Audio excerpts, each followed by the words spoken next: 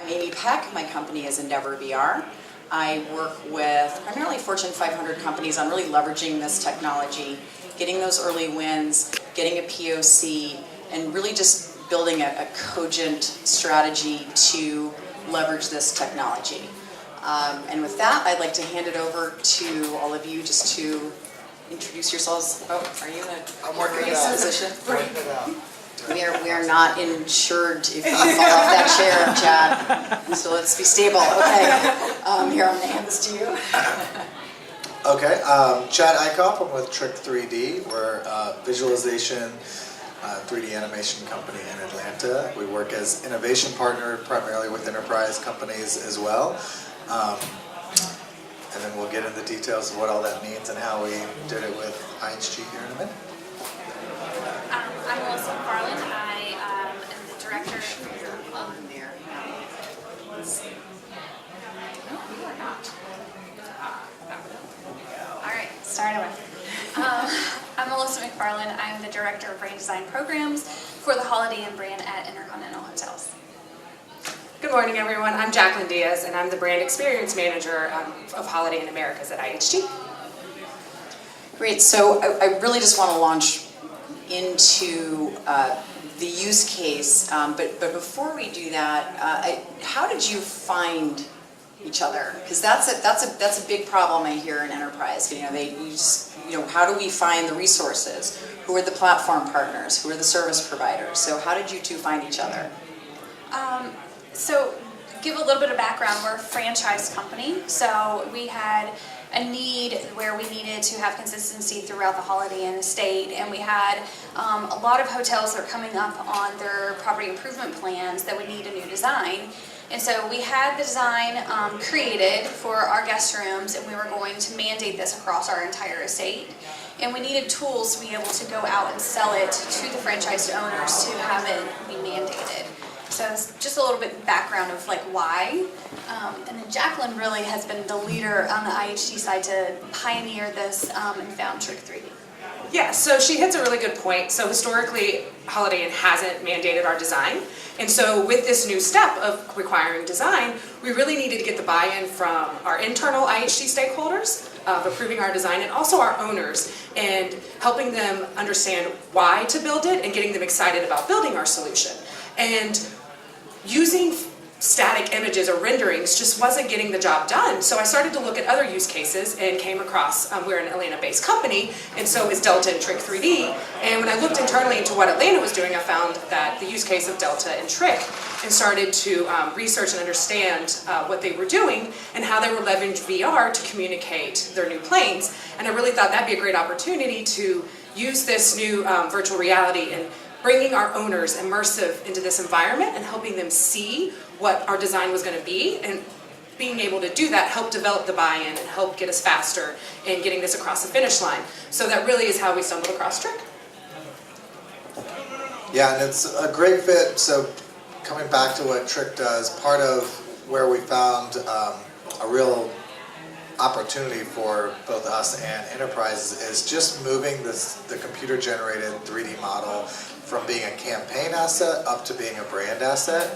And that's what we have been doing with Delta, and it really proved out the use case. So once you do that, you're not just creating an experience for a marketing campaign or just for product design. You're creating an asset that can be leveraged across product design, marketing to all channels, and then potentially training. Every group's going to be a little different, and so Holiday Inn's use case was specific to them, but really could take advantage of that same concept. Yeah, and that kind of leads me to the next topic, which is if you can talk a little bit about that life cycle and your thought process, because it can be an expensive endeavor to bring this technology in. So how did you think about it, justify it, and then think about the life cycle of these digital assets? Sure. So I think that when we first started, it was very specific for a need, but as people within our company saw like the output of it and started to see how many different valuables that we could apply this to.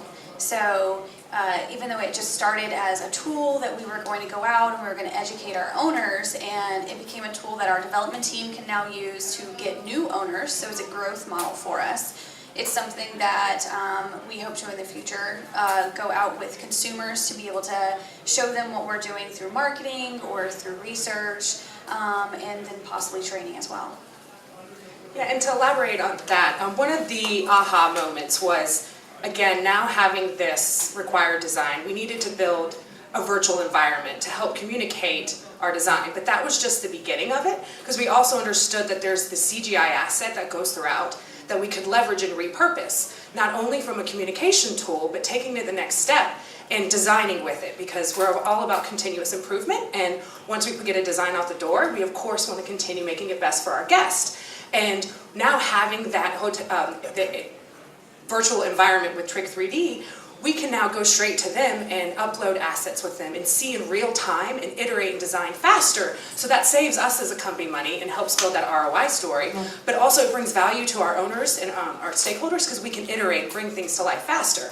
And that's just one facet. When you look at our entire journey, we're communicating with it, we're designing with it, but the next phase where I see the biggest opportunity is in training. I've been listening a lot to what you guys are talking about, and getting that consistent message to our owners and to our guests and to the people in our hotel staff. That's really the next best opportunity, is getting it into their hands and helping them visualize the environment, but also helping them teach the messaging consistently across our portfolio. That makes me very happy. Simulation and training. I mean, because it's always about the ROI, right? And how are we measuring that? What are the metrics?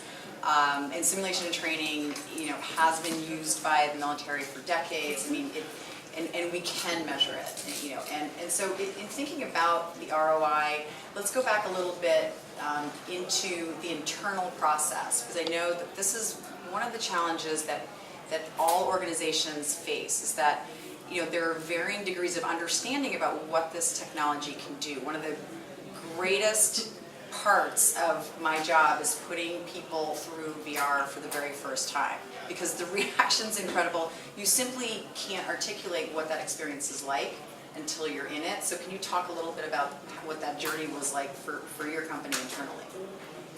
Yeah, I think one of the uses that we've used it for is our owner conference. Since we are a franchised environment, proving out ROI for the individual franchise owners is very important, and being able to showcase our design. So historically, our conferences, we've built out a literal model room on the trade show floor, and we've done that in a variety of ways, where we've just built it out using union labor, which is really expensive, all the way to putting it in a shipping container and shipping it across the country and plopping it on a trade show floor.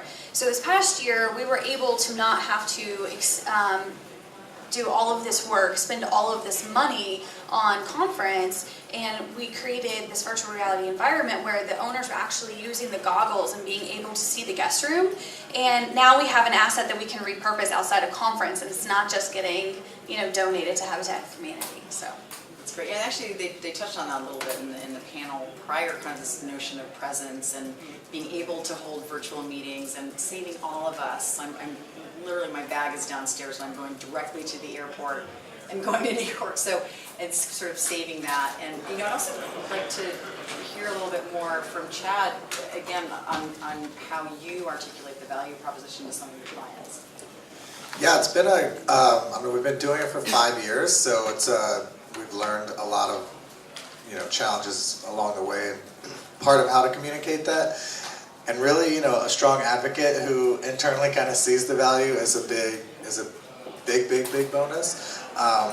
It usually does currently still start with a specific problem to solve, and then you start to talk about how that expands across the company. I think what's going to start to happen is the C-suite's going to start understanding more and more of that, because really the conversation in the past in VR has been, what is it? Is it going to be a real consumer device? How do I use it to create marketing assets? And that's the way people have been thinking about it, which isn't really the best way to think about AR or VR. Those are just channels that are access to a virtual world, but they provide real benefits in terms of problem solving across all different parts of an enterprise. And so when you start talking about that, most people get it, the biggest challenge is still no organization is really set up that way with their budgets. So if you're talking about product, you're talking to one group, you're talking about marketing, you're talking to another group, you're talking about training, you're talking to another group. And they all are working with different partners who are already doing some form of 3D or interactive or something. So, so yeah, bringing all those pieces of the puzzle together is really, it's a little bit of a time management, like how do we navigate this company? So it's still not just a one-stop discussion to have, but. Yeah, no, that's interesting too, because I guess it is part of the challenge is everyone's looking at every other department going, well, no, this should come out of your budget.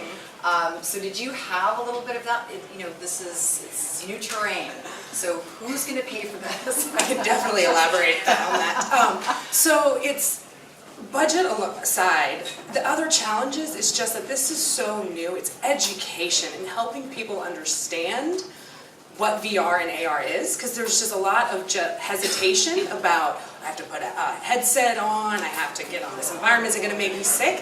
So the more cases we get out there and the more we start training and seeing kids use it in school, and it becomes more integrated in our lives, it's going to be an easier hump to overcome. But it's definitely getting that buy-in and helping people understand what AR and VR is.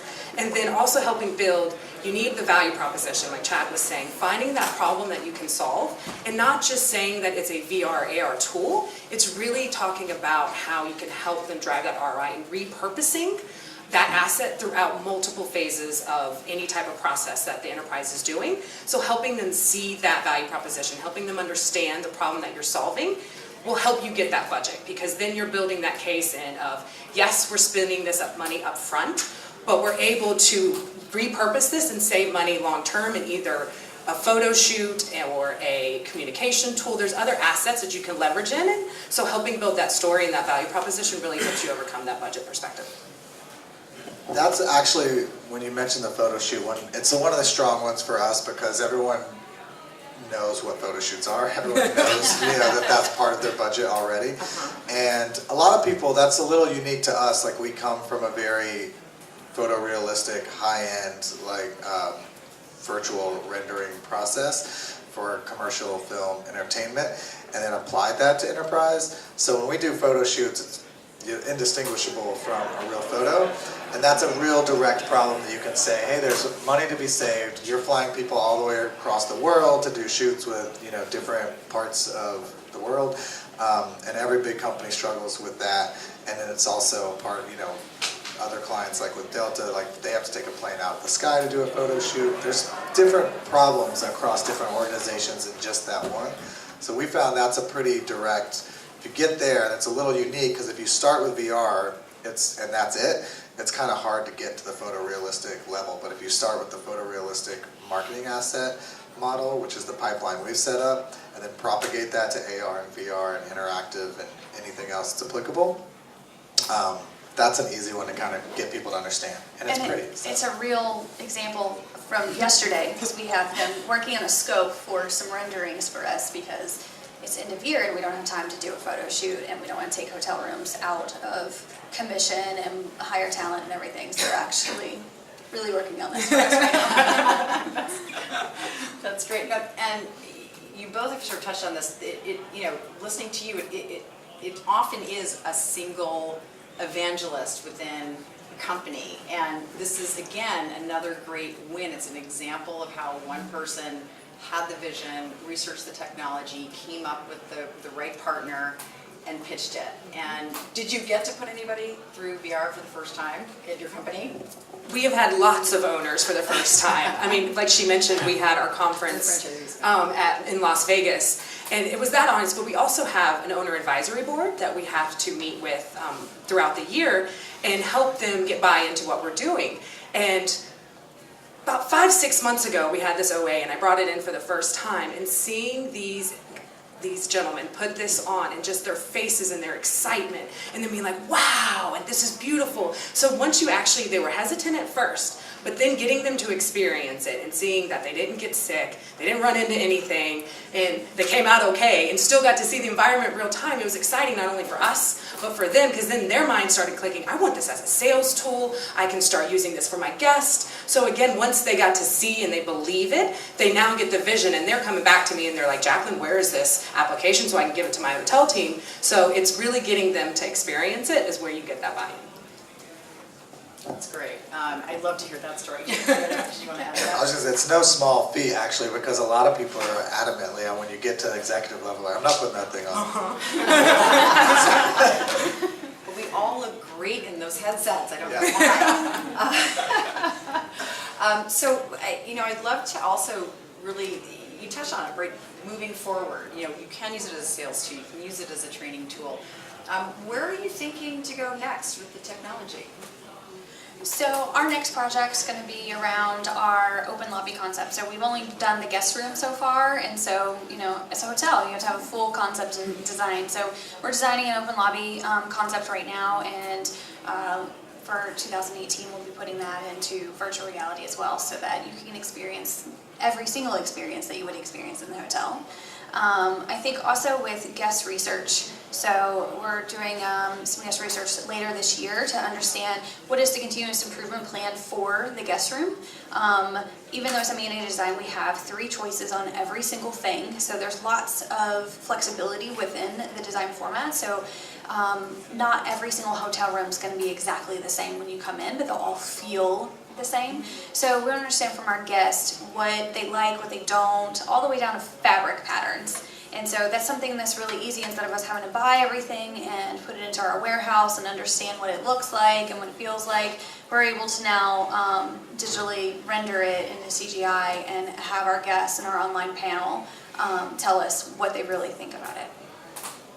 And that's just one opportunity. Another one, like I touched on, is with the guest room, we had already worked with a design firm to create the guest room, but now that we have the environment built, again, we're going to be continuously improving with it. So we're actually going to be working with Trick and our in-house design team and actually designing directly with Trick and seeing things in real time. So we'll be able to iterate faster, and I'm hoping we can get this next guest room launched a lot faster. I'm thinking we could shave off months of time frames and just getting the stakeholders' approvals, because they can turn things around so fast. We don't have to wait as long as samples and procuring things. So that's one facet of designing. And then again, I keep hitting on the training aspect and getting out that consistent message. That's really what I get excited the most about, is because visiting hotels and listening to teams, it's all about, well, what is the brand? How do I deliver this? And the best way to do that is by showing and being able to give them that in a virtual environment, having my VP or our SVP go to Trick's warehouse, sit in a green screen and talk, and then have that output into a virtual environment and push that out to hotel teams all across the US and the world. That is a great opportunity that I see is the next biggest thing for us. It's also a really good catch-all too, to see if the design's working, because one of the examples we have from guest rooms, we have this movable table, and when they were doing the renderings, the chair doesn't fit under the table. So instead of, it takes 16 weeks when you order this from China to get over and then to see it and have everybody review it. And that would be devastating to have 200 tables that would be reordered. So it was like a great catch for us during the design process. Yeah, I mean, that was a huge cost saving. Yes. And it was only a half an inch, but half an inch matters. It's funny when you guys, I've learned so much. Melissa said last night at dinner, she goes, I built the real thing, you can build the virtual thing. And I love that, because you learn from each other in that process. And something like that, it's like outrageous. I'm like, okay, why would you ever wait that long? Like, why don't you try this? And you're like, well, we don't do that in the real thing. And so many of us just sort of think what we assume is happening. Like, I assume that there are all these efficiencies in place because you know the technology's there. Most companies don't have them implemented yet. They're still really running on, we work with a lot of architects and home builders as well, and product design with different companies. And a lot of them in that design process are just getting watercolors, like sort of photoshopped up pencil sketches, and then they order the real thing and they find out it doesn't fit, and that's still just how most people are working. So there's a lot of room for innovation, and to me, companies like IHG and specifically with Holiday Inn in this case, that's to me the exact way to innovate.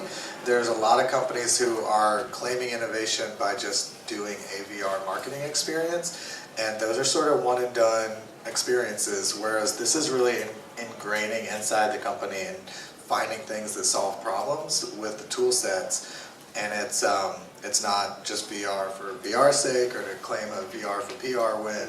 It's actually changing business process for the better, which I think is, you know, you guys are one of the forefronts of, so We reuse the assets a lot in every way imaginable.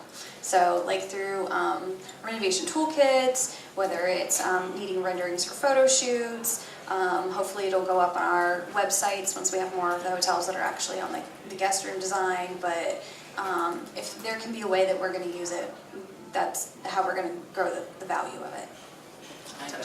Do you want to? Yeah, and just, he touched on a big thing. IHG is a large corporation, and we're a Holiday Inn brand within that.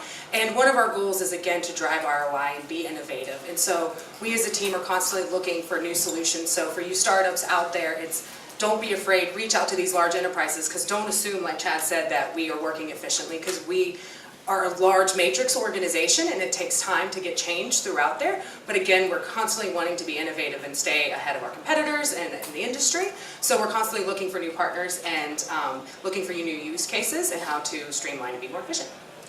Yeah, it's a perfect segue into that, because we were saying that's where we approach the model into any enterprise is once you build it, what can you do with it? And that you start to find those problems. And there are so many opportunities to plug in other technologies into that mix. So, you know, when you get to training, there are very specific skill sets inside of training that partnering with people on makes sense. You know, we were just poked our heads on the IBM Watson thing, so technologies that can layer into what can we do with the technology we have that assists IHG and other clients is, yeah, definitely open to that. No, and that was a great point too. As much as it's often, you know, one or two evangelists within the company, it is hard for, you know, startups who are building great solutions to get access to enterprise. So, you know, I encourage those companies to get on committees like the VRARA, you know, come to these events. You know, you'll be available for a few minutes to talk to people. You might get inundated now. but no, but it's like, you know, it's a nascent industry, and we need to help each other, you know, bubble up these great, you know, great companies who are ready to innovate and pair them with, you know, these, you know, programmers who are building great solutions and really solving problems. So one last question before we take some questions from the audience. What do you want to see in the future? What do you really, really, you know, personally, and we've talked a little bit about the company, but where do you see this taking us? A quick answer, because I know people have some questions. I keep harping on this. My favorite application, what I want to see, is full integration in our lives. Like, we are on the go constantly, and so how can we get AR and VR to make us more efficient as a company and streamline things? And I get most excited about the training aspect, because again, education and getting people to understand your message from a brand and your brand proposition is the hardest thing. We're headquarters in Atlanta, so we don't get to get out in the field and see our hotel teams all the time.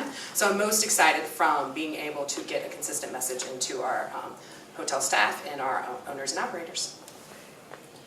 I think with the lobby initiative that we're going to do next year, I think there's a lot of application with the meeting space and how we can sell meetings better with this tool. Yeah, for me there's, I mean, obviously a lot the way we go into it. One specific one would be trying to take the isolation out of VR and put multiple people into it. So big people like Facebook are working on that, but you know, we have created different forms of collaboration tools, but one would be like a virtual camera for photography, so you can go in and find your camera shots in the virtual set. Adding multiple people into that virtual collaboration, NVIDIA just launched a piece that's really interesting. As we start to do that so that we can collaborate inside of a virtual space, that will be good too. We have a few minutes. Does anyone have any questions? So this is a more tactical question, but you spoke to how difficult it is to take a vision and communicate it to a team. just the value prop of this in the first place, how do you communicate between each other before we have a rendering? Yeah, I mean, your team has the digital chops, but you're not actually architects, right? So how do you take the vision from an architect and a designer, turn it into something digital, and then iterate on that? That's the real complicated thing, right? It's like, well, then we want to change the design. What's that cycle look like, the feedback loop? It's an interesting one because it depends on the architect sometimes. We've been working with different architects throughout our entire existence, and they all, like, some are so nuanced that it's infuriating because they'll be like, yeah, the strip next to the door is about probably a centimeter off, and you're like, oh my god, at this phase we're not talking about that detail. Back off. And then you find the frustration that is for clients, because they're like, I just wanted to see what it looked like black instead of silver. Like, I don't care about it. And so there's an element of kind of getting in there and just playing nice with both. Like, I don't want to design it, but I can flip it from black to silver pretty quick for you.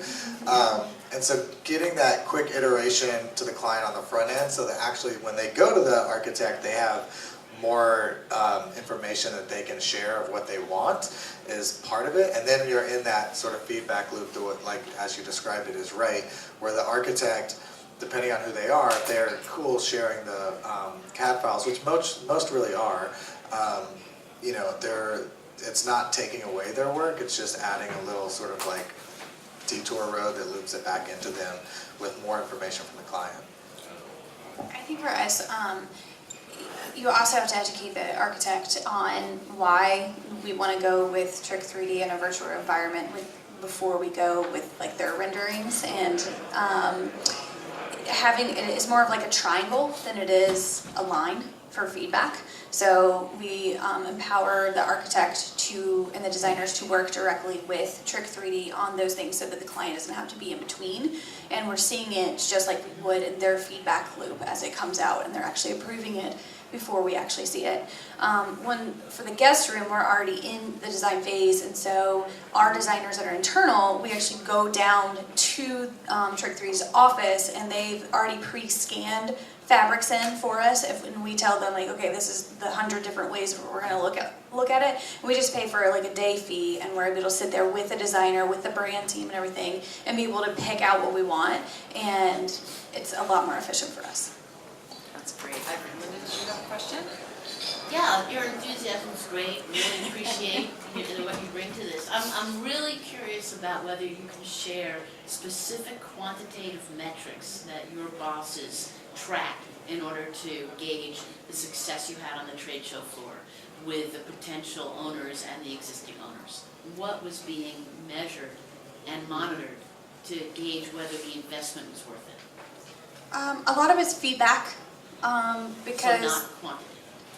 I mean, there's not like a formal, survey or anything that we send out, but I'll tell you, we've built the guest room out twice now for 2 different years, and then this was our first year doing virtual, and we've gotten a lot of great feedback on it. I think just the saving cost measure of it was a huge, How much? driver of that. How much did you save? I'd have to look that up. I don't know. Give But ballpark. probably hundreds of thousands of dollars. Fantastic. There we go. So, There we go. That's a Gazillion. That's the story we want to hear. Yeah. but I mean, we would have to go and do analysis 3 years deep on, what that is. In But other words, don't just quote being me. able to, exactly. But just being able to use the asset afterwards is the hugest thing, because everything else was throwaway work before. And then, any other quantitative? Well, they do, so after the conference, they do an engagement survey, but it's more a very generic, like, how was the conference, were you satisfied? And so we look at those metrics, but we don't specifically ask, we did not ask about how was this one application used in our booth. But again, just harping on historically, as a company, they've been okay with building out entire environments and then donating everything, all the furniture you think of an environment. So that one metric of just the cost savings of saying we don't have to build out an entire environment, we can do it virtually, and then we can actually reuse it again. That one value proposition right there was like, let's do it, let's do the proof of concept, let's see it, and that's where we are now. So Thank you. that's it. Well done. Yeah, those are like the real deal business ones that you're looking for, but I would just add, to me, a takeaway that's real positive on the use of VR for that is the feedback that you were getting was on the room. It wasn't saying, hey, I couldn't tell what was going on in that room. It was actually, I was able to see the room and give you the feedback that you're looking for in a holistic way. And so that, to me, is actually what you want the technology to do, just disappear and actually improve it. And building out multiple rooms versus we only did one room before. In virtual, we were able to build out four environments. So, Wait, how are we doing on time? Oh, I said 5 minutes, like 5 minutes we ago. did, okay. All right. Let's do one more from Very Greenlight. good question. As it's designing a future guest experience, are you integrating voice user interfaces into your rooms? Like Alexa or Google Play? not on the Holiday Inn brand. There's other brands within IHG that have been piloting that, but not on our specific design. That's great. I want to thank my panel today because these are the stories that we need to have out there. And thank all of you. Thank you. This is our last panel here. There's one last one across the way. Again, really want to thank Greenlight Insights for putting this together. This was a fantastic event, and Accenture for being one of the main sponsors. And thank you all for joining us today. Thank you.